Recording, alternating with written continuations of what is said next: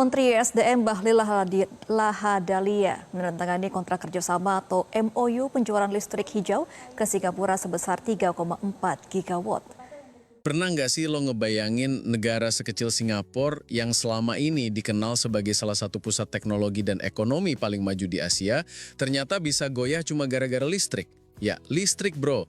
Sesuatu yang kelihatannya sepele, tapi ternyata jadi kunci baru dalam perebutan pengaruh di Asia Tenggara. Dan yang lebih menarik lagi, pusat dari pertarungan energi itu sekarang ada di Indonesia. Negara yang dulu sering dianggap cuma sebagai pemasok bahan mentah, kini berubah jadi pemain utama bahkan penentu arah energi kawasan. Pertanyaannya, gimana caranya kita bisa sampai di titik ini? Dan kenapa di tahun-tahun mendatang, Singapura justru harus bergantung pada energi bersih dari Indonesia? Ceritanya berawal dari satu fakta sederhana. Singapura hampir nggak punya sumber energi terbarukan. Lahan mereka terbatas banget, harga tanahnya luar biasa mahal, dan kalaupun mau bikin pembangkit tenaga surya dalam skala besar, yang mereka nggak punya tempatnya. Bayangin aja, seluruh wilayah Singapura itu cuma seukuran Jakarta Selatan. Jadi mau bangun ladang panel surya sebesar apapun, pasti langsung mentok karena keterbatasan lahan. Sementara di sisi lain, dunia sekarang bergerak menuju energi hijau. Negara-negara berlomba-lomba menurunkan emisi karbon dan mengubah sistem industrinya jadi lebih ramah lingkungan. Dan Singapura, yang menggantungkan reputasinya pada citra sebagai negara modern dan berwawasan hijau, nggak punya pilihan selain mencari sumber energi bersih dari luar negeri. Mereka pun mulai melirik ke negara-negara tetangga, ke Indonesia, Malaysia, bahkan sampai Australia. Kebutuhan mereka nggak main-main, sekitar 4 gigawatt energi listrik bersih. Dan kabarnya Indonesia bakal jadi pemasok terbesar dengan target 2 gigawatt ekspor listrik bersih mulai tahun 2026 sampai 2027. Tapi ini bukan cuma soal jual beli energi biasa.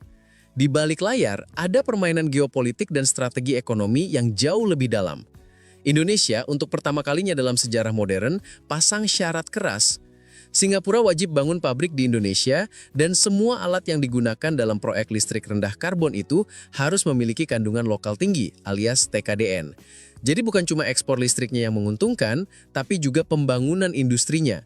Indonesia nggak mau lagi cuma jadi penjual bahan mentah, tapi ingin mendapatkan nilai tambah lewat teknologi, lapangan kerja, dan penguasaan infrastruktur energi.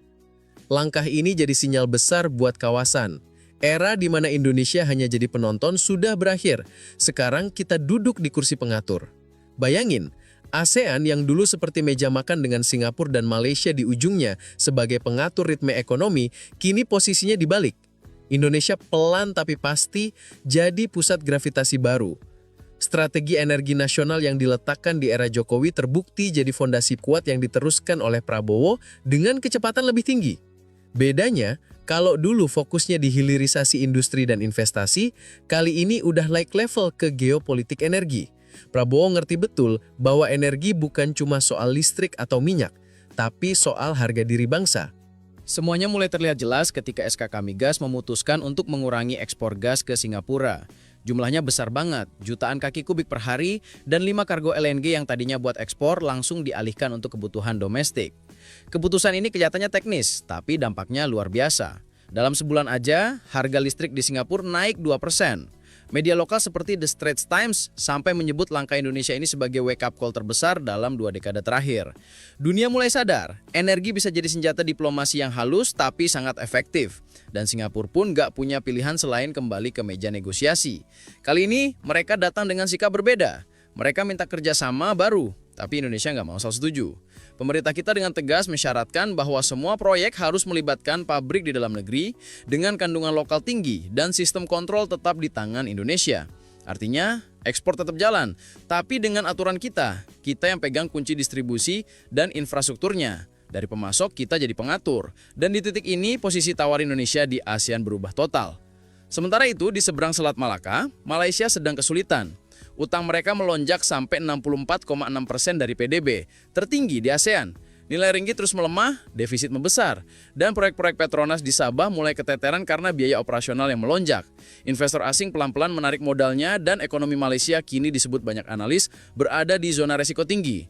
Ironis, karena ini negara yang dulu sering meledek Indonesia soal utang. Sekarang, justru mereka yang kewalahan menanggung beban fiskal. Di saat yang sama, Indonesia dengan rasio utang di bawah 40% dan pertumbuhan ekonomi stabil di atas 5% justru jadi sorotan positif dunia. Hilirisasi yang dulu dicibir kini mulai berbuah nyata. Cadangan devisa naik, industri pengolahan tumbuh, dan orientasi ekspor mulai bergeser. Bukan lagi bahan mentah, tapi produk bernilai tambah tinggi. Prabowo melanjutkan fondasi era Jokowi, tapi dengan kemasan yang lebih strategis melalui diplomasi energi. Indonesia nggak lagi sekedar menjual sumber daya, tapi mengatur arah pergerakan energi, gas, listrik, dan LNG di seluruh Asia Tenggara. Dan langkah ini bikin Singapura serta Malaysia harus menata ulang strategi ekonomi mereka. Keputusan untuk mengurangi ekspor gas dari Natuna dan Batam bukan keputusan kecil. Efeknya langsung terasa di kawasan. Harga listrik di Singapura naik. Industri mereka yang sangat tergantung impor energi mulai khawatir. Dan Indonesia menunjukkan bahwa energi bisa jadi alat politik yang lebih ampuh daripada embargo.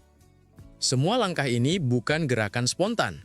SKK Migas dan Pertamina sudah menyiapkan strategi besar sejak awal 2025 untuk mengoptimalkan pasokan energi domestik.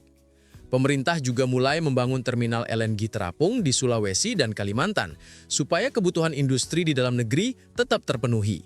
Jadi bukan cuma soal menahan ekspor, tapi menciptakan peta jalan besar menuju kemandirian energi. Dulu orang mikir kemandirian energi itu mimpi, sekarang udah jadi rencana konkret. Sementara Singapura sibuk mencari alternatif, Indonesia justru makin agresif membuka kerjasama baru. Dari Vietnam, Filipina, Jepang, sampai Korea Selatan. Kita mulai membangun jaringan listrik lintas negara, alias cross-border grid. PLN bahkan udah teken MOU buat kabel bawah laut dari Natuna ke Laut Cina Selatan. Bayangin, dulu kita cuma ngirim gas lewat pipa, sekarang kita siap ekspor listrik lewat laut. Poros energi ASEAN resmi bergeser, dari Singapura ke Jakarta. Efek dominonya besar, harga energi di Singapura naik, tapi di sisi lain, pabrik-pabrik di Indonesia mulai hidup lagi. Batam, Kalimantan, Sulawesi, semuanya merasakan dampak positif dari prioritas pasokan domestik.